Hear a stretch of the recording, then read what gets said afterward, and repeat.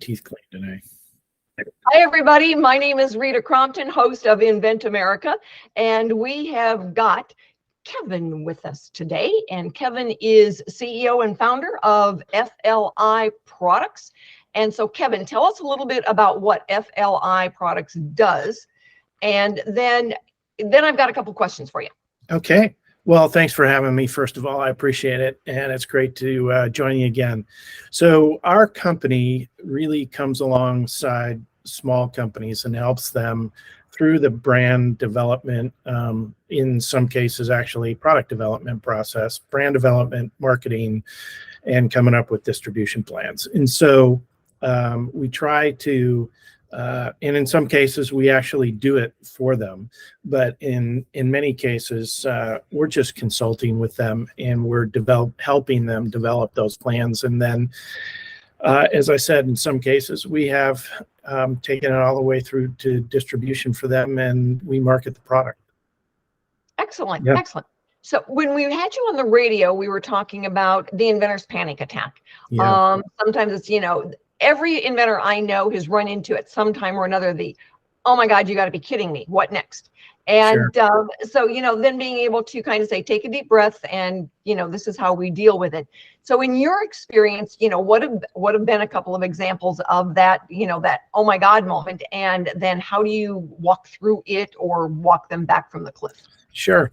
In the excitement of developing a product, oftentimes we forget, or we lose sight of maybe who the customer is and how this is going to match up with other products that are already on the marketplace.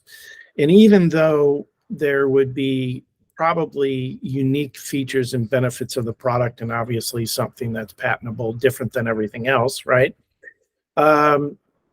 You're still competing in a category of product for a solution. And so oftentimes looking at that category of product and looking at your particular solution for a demographic, you also have to look at the pricing parameters. And one thing I learned very early on in my career as a merchant at a major DIY retailer was you got to look at the product retail and work back to your cost.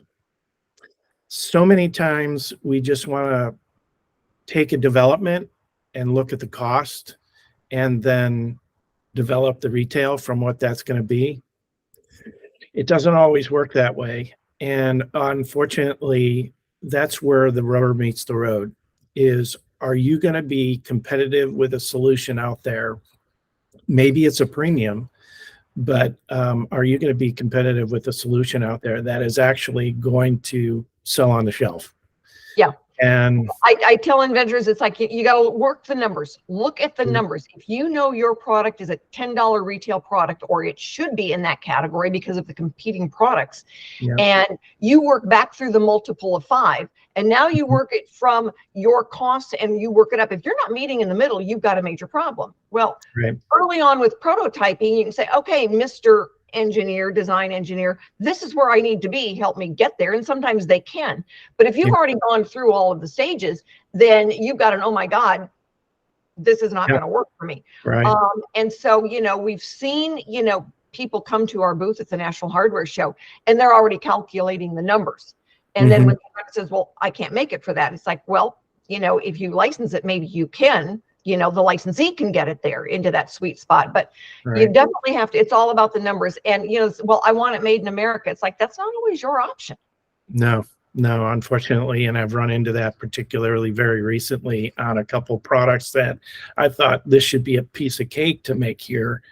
And when you really put the numbers to it, look at the tooling, look at logistics, and just the output production capabilities of some of your manufacturing partners, oftentimes you can't get it there. And it's sad to say, unless, of course, as I said, it's that much of a premium and people are really going to Google over it. Yeah, and I think sometimes the homework that the inventor does, at least at a surface level, before they have spent money on the patent and that more in-depth engineering work, Yep. they can get somebody that says, you know what, this is your sweet spot in the marketplace. You're Yep. not going to hit that with this designed this way.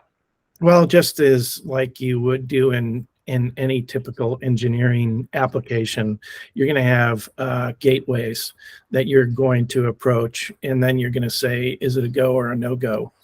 And so as you approach that gateway, you need to be looking at, where am I with my costs, and where am I with how this is going to end up going all the way through the process, and making it sure it's a yes or a no. Well, certainly doing some of that work ahead of time will save the stomach lining and the oh my God moments. Yes. As they get to the point where realizing how much money they have put into it.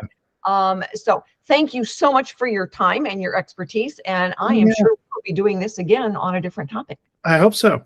Thanks for having me.